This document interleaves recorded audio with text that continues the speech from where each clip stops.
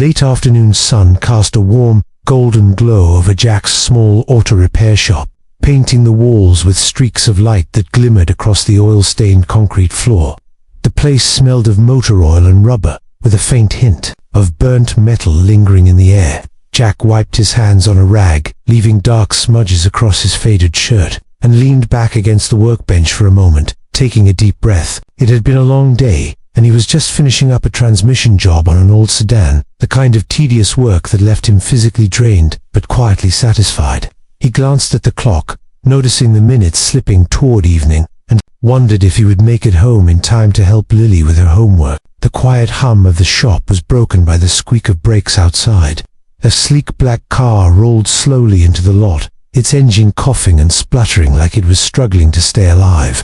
Jack instinctively straightened, squinting through the large front windows. A woman stepped out, her heels clicking against the concrete, her stylish coat fluttering slightly in the breeze. She looked harried, glancing over the car with a mixture of worry and frustration. In her hands, she clutched a folder tightly, and her perfectly coiffed hair suggested someone used to order and control, someone whose life rarely included moments like this. Jack pushed off the workbench and walked over, wiping his hands again. "Can I help you?" he asked, keeping his voice calm and friendly. The woman turned, relief flickering in her eyes. My car just broke down, and I don't know much about engines," she admitted, her voice tinged with embarrassment. "I don't want it to cost a fortune, and I don't even know where to start." Jack gave a small smile, nodding toward the open garage. "Bring it in. I'll take a look. Don't worry about the cost for now, we'll see. What's wrong first?" She hesitated, then carefully guided the car onto the lift. Jack crouched beneath the hood, his hands working instinctively, fingers probing, twisting, and adjusting. The engine groaned and coughed, but he was patient, methodical, listening to every noise, testing every connection. Time seemed to blur as he worked, the sun slowly dipping lower outside, shadows stretching across the shop. The woman watched him from a corner, leaning against the wall, her posture tense but curious. Every so often, Jack would explain a step, or point out a minor issue, and she nodded, trying to absorb the unfamiliar terminology. Hours passed, though neither of them seemed to notice the time. Finally, after careful adjustments and testing, the car purred smoothly, the engine humming with newfound life. Jack stood back, wiping his hands once more, and gestured toward the woman. "Try it out," he said. Hesitant at first, she climbed into the driver's seat and turned the ignition. The engine roared gently, steady and strong. Her eyes widened, in surprise and relief. "I can't believe you didn't charge me," she said, her voice a mixture of astonishment and gratitude. Jack shrugged, a tired but genuine smile on his face. "Just doing my job," he replied simply. There was no pretension, no expectation, only a quiet satisfaction in having helped someone in need. She thanked him again, lingering for a moment as if sensing there was something more in his character than met the eye, and then drove off, leaving Jack in the quiet shop, the fading sunlight reflecting off the polished hood of her car, a small reminder of the impact of his simple act of kindness. Jack felt a knot tighten in his stomach as he approached the courthouse that morning. The city streets were alive with the usual morning rush, horns blaring, people hustling to their destinations, and the smell of fresh coffee wafting from street vendors' carts. He'd carried Lily's lunchbox in one hand, her school bag slung over his shoulder, and his briefcase in the other, the weight of both literal and metaphorical responsibilities pressing down on him. He glanced at the courthouse steps, feeling a mixture of dread and determination. This was the first time he appeared before a judge for his minor traffic violation, a situation he never imagined would leave him feeling so exposed and vulnerable. Inside, the courthouse was a stark contrast to the bustling streets outside. The air smelled faintly of polished wood and old paper, echoing with the clack of heels and the low murmur of lawyers and litigants discussing cases in hushed tones. The high ceilings made the space feel cavernous, and the rows of wooden benches reminded him of school assemblies he had long ago attended. Jack's heart thudded as he walked toward the courtroom, the polished floors reflecting his own nervous movements. When he entered the courtroom, he froze for a moment. At the elevated bench sat a woman with sharp, authoritative features, her posture straight, her gaze focused and unwavering. Her presence commanded attention, a natural authority that made the entire room feel smaller. Jack's breath caught when he recognized her, the same woman whose car he had fixed the night before. She looked just as composed, but there was a flicker of recognition in her eyes as she adjusted her glasses and glanced directly at him. "Mr. Johnson," she said, her voice calm but carrying that unmistakable edge of acknowledgement. "I see you again." Jack's mind went blank for a moment. He had not expected their paths to cross so soon, and certainly not in such a formal, intimidating setting. He nodded respectfully, trying to suppress the sudden rush of surprise and anxiety. His voice caught when he replied, "Yes, Your Honor." He had spent hours rehearsing what he would say for his case, but the sight of her here, in the role of authority, made the words feel inadequate, fragile. As the proceedings began, Jack tried to focus, but he found his gaze drifting back to her. The courtroom, which had seemed so daunting moments ago, felt slightly less oppressive knowing she had already seen him as a person, someone capable of kindness and integrity. He noticed the subtle shifts in her expression as she listened carefully to the opening statements, the slight softening of her eyes, the thoughtful tilt of her head. Her professionalism never wavered, but there was a quiet human element that made Jack feel seen in a way he hadn't anticipated. He sat upright, straightening his tie nervously, trying to channel his energy into presenting his case clearly. Every word felt heavier, every gesture more scrutinized, yet he drew an unexpected confidence from the memory of her gratitude the night before. It reminded him that even in a world governed by rules and judgments, small acts of honesty and kindness could forge connections that transcended circumstance. Today, that connection would quietly influence how he was perceived, giving him a chance not just to defend his actions, but to be recognized for the integrity that defined him. Jack shifted uncomfortably in the wooden courtroom chair, the polished surface cold against his hands. The murmurs of the audience, the scratch of pens, and the shuffle of papers created a low, constant hum that seemed to press against him from all sides. He tried to steady his breathing, reminding himself to focus on the details of his case, a minor traffic violation that had snowballed into a stressful ordeal, but his mind kept drifting to the familiar face of the judge. She sat poised behind the bench, her posture immaculate, her gaze direct yet thoughtful, as if she were weighing not only the facts of the case, but the character of the man standing before her. When it was Jack's turn to speak, he rose slowly, adjusting his tie and clearing his throat. The room seemed to tighten around him, every eye trained on his movements, every whisper fading into the background. He began explaining the circumstances of his violation, emphasizing the honesty and care with which he had handled the situation. He spoke of the circumstances that led him to that moment, the urgency of dropping Lily at school, the sudden obstruction on the road, the split-second decisions that anyone could have made. Each word felt heavy, as if carrying the weight of not only the charges but the judgments of every person in that room. The judge listened intently, her fingers steepled in front of her, eyes scanning his expression, noting every subtle inflection in his voice. She asked questions, precise and probing, but never accusatory. Her tone carried authority, yes, but also a quiet fairness that gave Jack the courage to answer honestly. He could feel a strange reassurance in her approach, a sense that she wasn't simply enforcing the law mechanically, but was genuinely seeking to understand the situation in its entirety.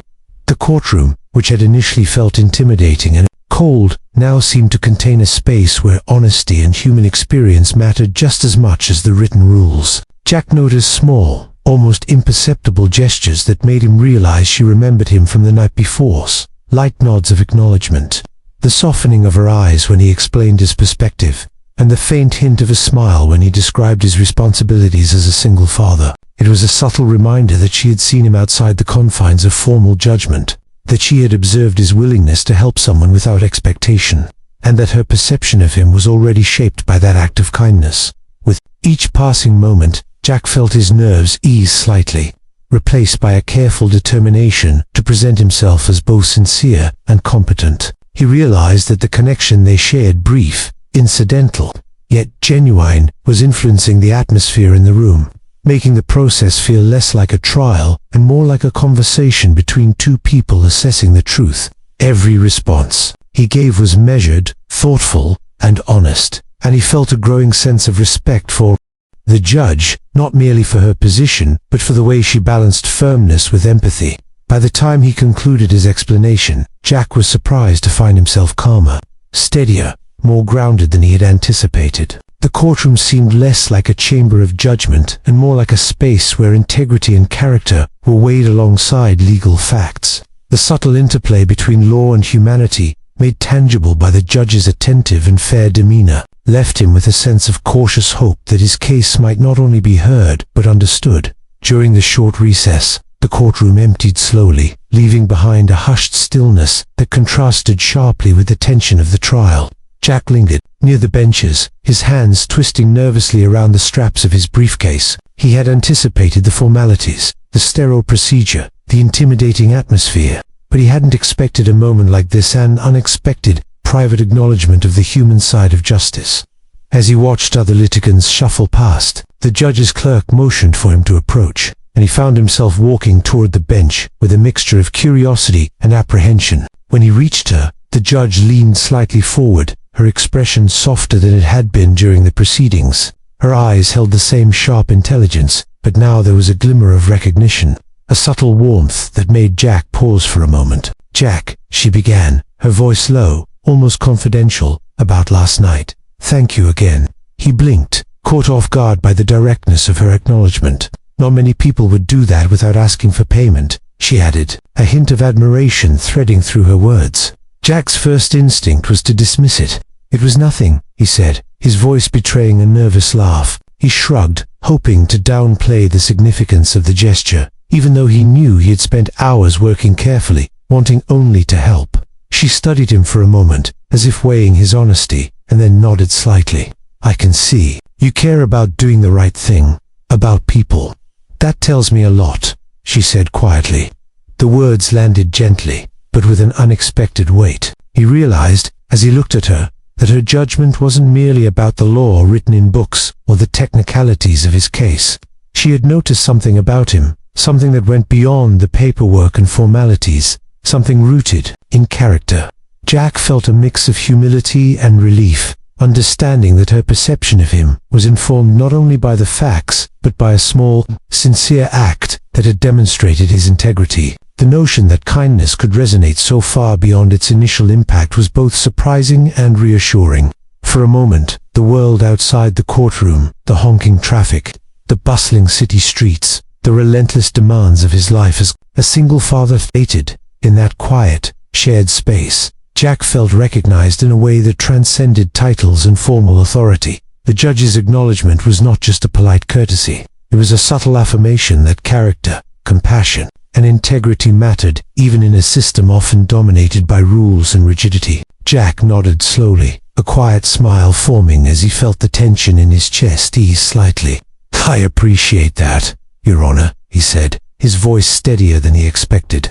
The judge returned a small, almost conspiratorial smile, as if silently, affirming that she saw the person behind the case file.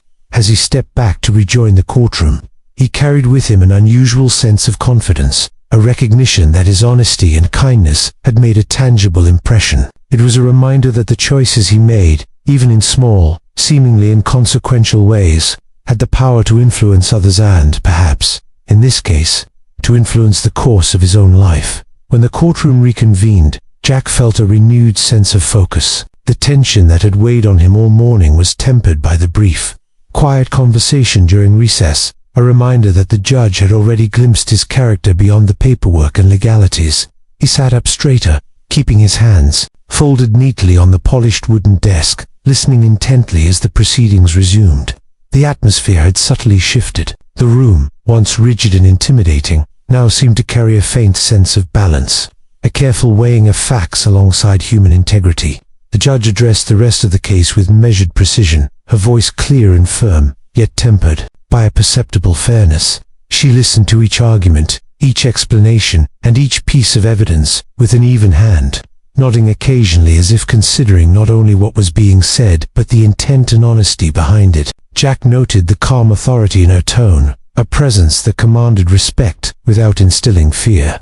It was evident that her judgment was informed by careful consideration, a rare combination of strict adherence to the law and an intuitive understanding of the people before her. As Jack responded to the remaining questions, he felt a subtle reassurance in the way the judge engaged with him.